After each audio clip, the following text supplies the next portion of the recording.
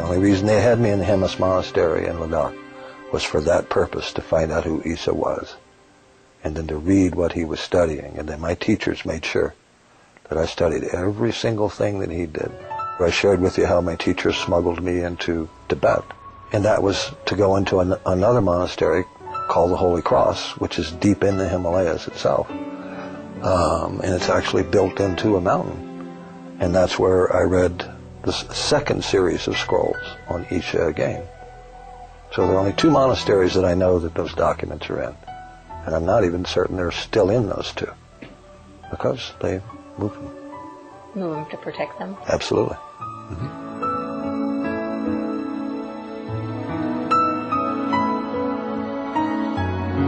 Through his privileged access to secret documents in India about Jesus, Dr. Harefield discovered many details about who Jesus was and what he was teaching.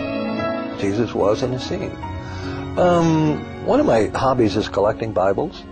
The oldest one I have is 1805, and it's in awesome condition. But you read an older Bible and you read a newer one, and there are huge, blatant differences. In the older ones it said Jesus would retire to Mount Carmel. In the newer Bibles it said he would go up on the mountain. Where's Mount Carmel? That's where they found the Dead Sea Scrolls. That was the home of the Essenes. Mary, his mother, was a master in the Essenes, and she was a leader. The second thing is, the older Bibles don't say that Joseph was a carpenter. What it says is Joseph was a master of the craft. He was an Essene. He was an alchemist. So, what does that make Christ? An Essene. So he was already in the Essene mystery schools at birth. And then when they went to Egypt, they went to Heliopolis, which was the mystery schools in Egypt. And then when he left there, it was back into Israel, where at the age of 13, Joseph of Arimathea took him into India for his master's and PhD, so to speak. So he would become a person of great accomplishment, understanding that he was a great soul anyway. Christ studied with the Nath Yogis. Nath Yogis are really mysterious people. I was out in the field, I was bending over, planting rice this time. All of a sudden, this shadow was cast in front of me, and I looked up, and there was this scraggly, scrungy, dirty little old man. And he looked at me and said, "You're an American." I went, "Yes." And he spit on the ground, and he said, "You're not worthy." And he walked away. Several days later, he returned, and same thing. He looked at me and said, "I am told you wish to learn the Nath Sutras." And I said, "Yes." And he goes, "You're an American. You're not worthy. You do not have the patience." 4 or 5 times that happened. And then the last time, he came up and looked at me and smiled. "You're worthy." Because I never got upset at it. I just accepted what he was doing, saying. So, I spent about 2 months with this man. And that's where I learned about the sutras. In the Gospels of the Bible, Jesus is described as having spent 40 days in the desert, or wilderness, where he was tested by the temptations of Satan. Dr. Harefield explains that Jesus was meditating at this time to complete his self-mastery. He had to wrestle with his mind through the idea of temptation. Imagine me looking at you and saying, "Okay, I'm about to gift you this power where nothing can overcome it. You have absolute power over everything." What's your ego going to do? Exactly. So in other words, it was about cleansing his own mind. It was his final exam. That's the idea of the temptation. By the way, the word Satan in ancient Sanskrit, out of the Vedas, is the ego. The ego is the most powerful thing that we have, and you have to harness it. But once it's contained and transformed, the divine within awakens. He had the knowledge already. And there was that one last hurdle. And he overcame it. Dr. Harefield, many people think that Jesus was a vegetarian. What's your take on that? I have no doubt or no question that he was. And if you want, I'll give you a light idea as to why. The heavier the food, the heavier the body. When we look at our teeth, we weren't made to be carnivores. We are vegetarians. We were supposed to eat vegetables. But he literally was that. He put nothing in his body that created any weight or heaviness or would hamper his energy in any way. And that's easy to tell. When you eat a meal, if you feel energized, that's what you should eat. If you eat a meal and you feel heavy, that's foods that you should not eat. So yes, he was absolutely a vegetarian. No question. According to Dr. Harefield, Jesus and his companions had journeyed to India to study the ancient spiritual teachings and practice to reach enlightenment.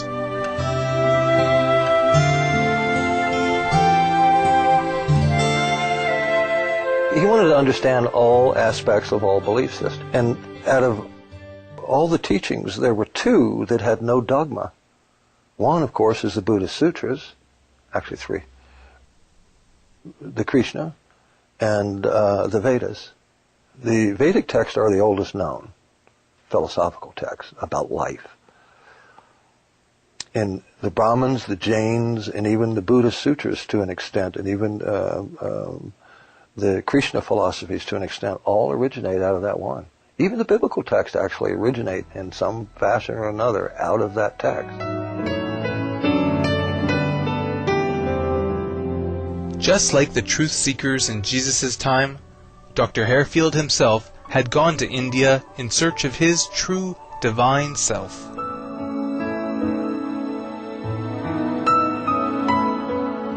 It's the simple things that are always the most powerful, and that's the very thing that Christ himself taught. Christ says it in two places. First he says to enter the kingdom you must have the mind of a child. The second time he says it, he says to enter the kingdom you must have the innocence of a child. An innocent, childish mind sees simplicity very easily. And we can invoke that even at our age. And can you elaborate on how we find the kingdom within?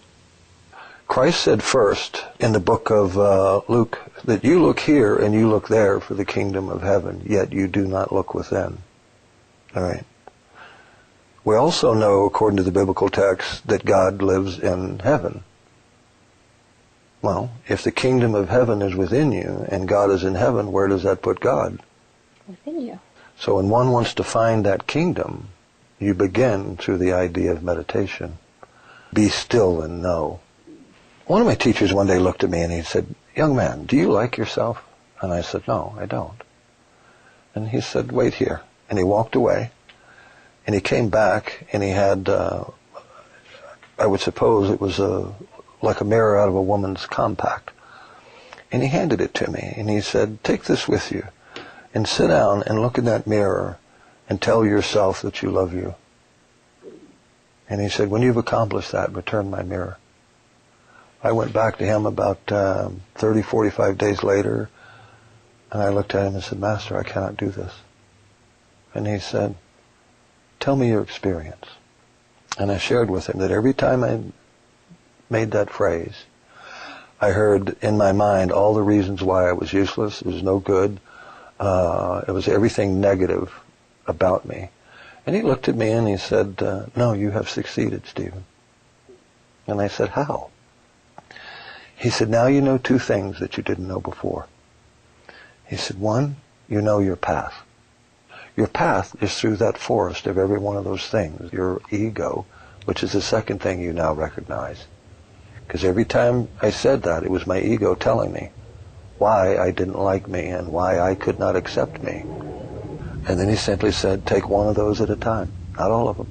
Just take one at a time until it no longer exists. And it took quite a bit of time. But none of those things go through my mind anymore. There's the heaven within. Is there anything else that you might like to share with our viewers? But if you really want to light up the world, then open yourself to the truth of your own nature, to the truth of your own divine being. Bring that forth. Bring that forth and give it to all people. Because if you can do that, you've continued the lineage that was set forth millennia ago and by so many great masters. After all, the Christ himself did say, seek first the kingdom, and then all else is given you. And to think that we can have anything that we want, anything, by finding that place within us first, then you can change the world. Thank you, Dr. Harefield. My pleasure.